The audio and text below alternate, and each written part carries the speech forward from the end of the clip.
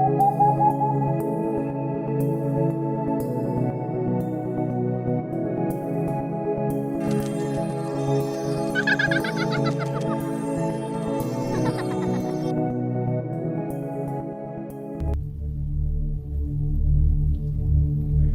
we talk about question. Yeah. Okay. There are some people who say dreams are just random things occurring in your brain, or even some mystics that will say, a lot of dreams don't have meaning. Maybe a few do, but you don't necessarily need to focus on that. What's your commentary in reference to those ideas? Yeah. Well, hogwash. I would say the first thing is that a lot of times people think of dreams, they think of them as purely symbolic, right? So they say, well, what is the symbolism of a dream? Okay.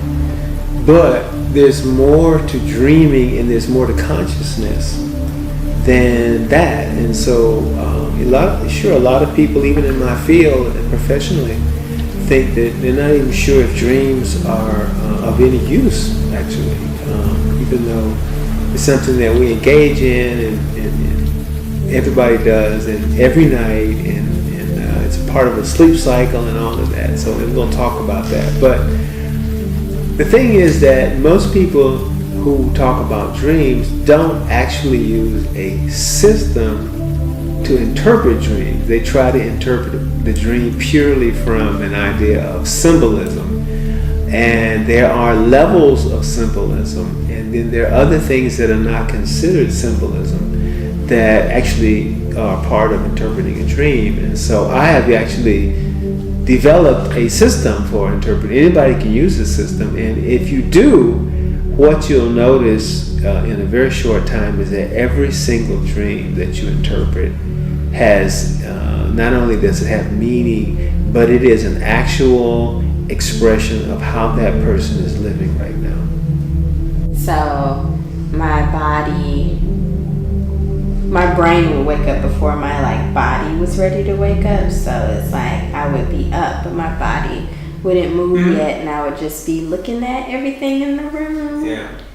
So I'm really gonna mess up the minds with this one. There's a lot of people who talk about what's called sleep paralysis, where they wake up but they can't move. Mm-hmm. And many of these people, they ask me, is a witch riding their back?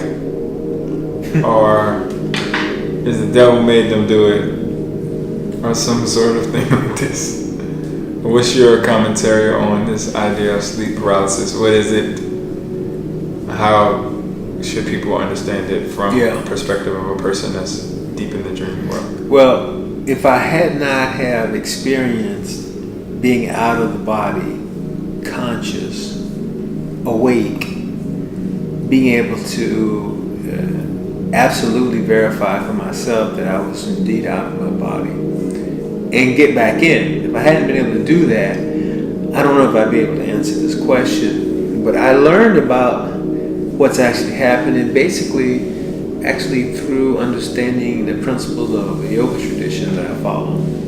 But all throughout history, actually people now don't know that ancient people understood that we are composed of several bodies. So one of those bodies is what we call motion or action body, or some people say astral body. And this body can leave the physical body, and does often, and travels. And so what happens is people don't remember that they stepped out of their physical body, and they're coming back and they're reintegrating all these different bodies back together.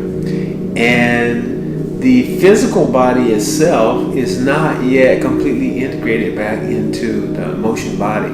So what happens is, you'll notice, if you experience this, you'll notice that you can't move, but you can think. You can try to move, and you can't move. You can try to yell, you won't be able to yell. You can see around the room, even though your eyes are closed on the outside, but you can still see. And during that time, most people will panic because they can't move. But if you learn to become more calm during that time, and you just have to tell yourself, okay, I call it in between when I'm like that. I say, okay, I'm in between, let me calm down, right? And usually during that time, then it's very likely that you will see other things that you normally don't see. So, for example, being visited by someone is very common during that time. The most powerful example of that happened to me, it wasn't a witch, it was my grandfather. My grandfather came in the room, he came over to me, he made a gesture, like he just came up and he just went like that. He made a gesture, and it was like he gave me just an incredible amount of energy. And then he walked away, and during the time that happened, I couldn't move. I was aware of everything, I couldn't move. I saw him leave the room, and then after he walked out of the room, then I was able to move again. And I've had encounters with other persons who passed on while I'm in that state. And I know other people who have also experienced that. So it's a very natural thing that happens to a lot of people. Most, I won't say everybody, but a lot of people can relate to it. But the point is that you're just reintegrating your physical body with your emotion body, and your physical body cannot move on its own. Western scientists don't understand this. They think the brain is causing the body to move, but actually that's not true. The brain is in service to the action body, and the action body causes all actions.